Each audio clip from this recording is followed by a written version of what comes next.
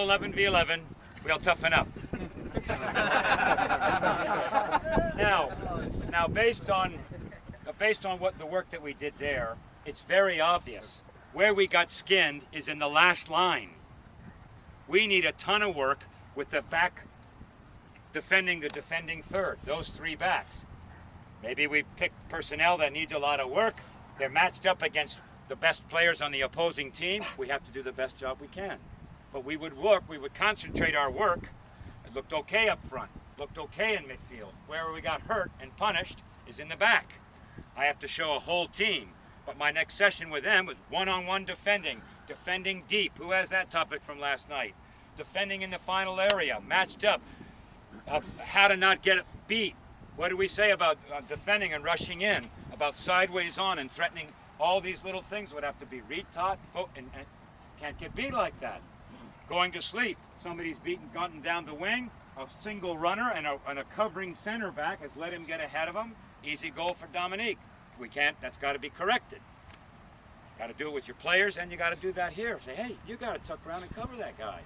And he's just a couple yards away, and that's all it takes to get beat. He just puts the slip on you because you're not thinking. Some of the transitional moments were good. Some of the team shape were good, and we got done at the very end. All that defending by the front and the midfield, great. 3-0. 4? 3?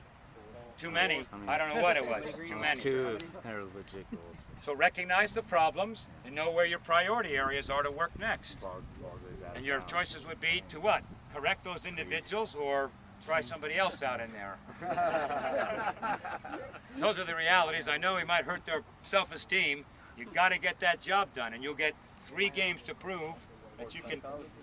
Yeah, Jenny is sitting there saying, yeah, we got to give everybody equal chance. And Jenny, until the goals start going in, then the real world hits you. I said, we got to make a change. Get them better or change the people before they change me. There's a reality world out there as well. Oh, we have some fun. Yes. After the first, before the first 5 minutes, Yeah.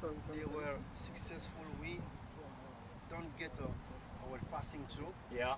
And I thought we better change the point of attack. That's why if Switch you the shift point your of team attack? here, yes, I said Paul to stay wide Okay. because my left back come close. We are already here, 2 or 3 in the mid. Right. And I tell him, and we need now to change the point of attack. This when we have the control of ball. But now when they have the control of ball, because most of the time you have 2 strikers, and I got my 2 right and left back. Yeah, open up. So I'm the one now who can be extra man in the mid. Yeah. And then when we try to win the ball, we don't change now the point of attack. Where we win the ball, we try to counter-attack to score. You might have said something. By them using a tactic of switching the point of attack, they're putting our mobility under pressure. They're exposing maybe a weakness on ours. So that's good attacking tactics. At the end of the day, it's Chung going by 2 guys. I don't care what you say. It's the individual skill where he did our center back and anybody else near him. Put a guy in. I'm just saying, the individual skill and cunning in a one-on-one situation where they're just a little better than you are. I mean, it's like us playing tooth and nail with UCLA until about the 80th minute, and Chad Barrett, when he played there, just pulls off a bit of magic that he has that does this in 1 second, and they walk away 1-0 winners. You know, it kills you, but it's the realities. And then what's the moral of the story? Get a Barrett in your team. Those are the realities. Recruit somebody, and we had players like that. Eli Allen, and who doesn't win a forward where the minute he gets the ball, the opposition and everybody in the stand slides forward on their seat? To he going to do? Donovan does that for the Galaxy. You see him live. He gets the ball. You just say, "Oh shit, what's he gonna?" You know, he has so much ability. What's gonna happen next? They don't come around all the time. You got to recruit them. You got to get them and keep them. But college, they go. 4 years, you better replace. And then the years you lose key players like center backs, and the opposition has a maturing center forward. Like Oregon State had an upswing when they had the center forward for Galaxy. What's his name? Buttle? He's with him now, the Union? He was center forward for the Galaxy. Came out of Oregon State. Journeyman, but what? Oh, I know you're talking about. Guy from Phoenix. Big Tall guy, center forward. He was with us last year. Yeah, Anyway, yeah, your graduation all of a sudden doesn't match up so well with the team you always beat. All of a sudden they've got a dominant player in an area of weakness for you because you've had loss of players and had to train new players. Got to live with it, make them all better. Hopefully, get your share of results.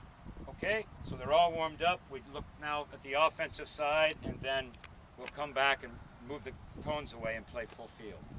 Any questions on that? That's my thinking coming off there. I tried to react to show you a goal went in, I tried to make a correction. I don't just stand there and say, make a better effort, guys. You identify what went wrong if you can, try to offer a solution. This is what we would do next. Maybe if this happened again, maybe we would do a better job if we did this, and you get on with it. But I lost track of how many goals we conceded. I kept... There's still a game. See, confidence, this is halfway. This is halftime. We have the second half. There should be another 4 goals. We'll see how we do. We'll have to have a team talk and rev them up a little bit. All right. Ready for some of the weekend? Yeah, just a couple things, guys. Based on that performance, I'm afraid I'm going to mess up my team. But, it's interesting that Dean talks about, because we were talking about it back here of it, and it's very important. You have two options. I'm going to be critical of the young American coach. When somebody's not doing the job, most of the coaches just sub them out or put somebody in.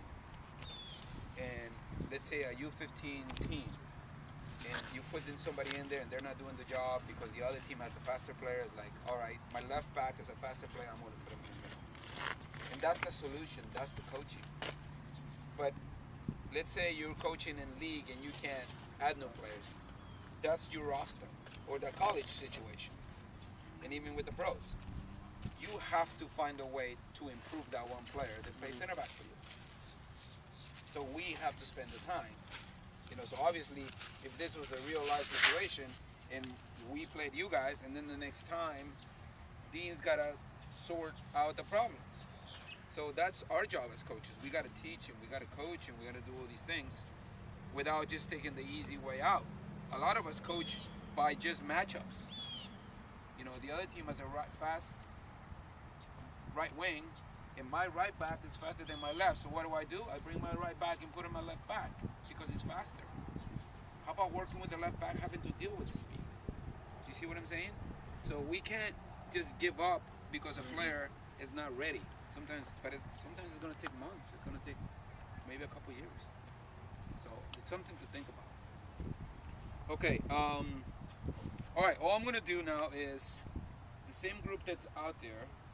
I'm going to a couple of details because they were doing a good job of playing, but I'm just going to maybe tweak a little bit of their behavior on the field with the ball, so decision making.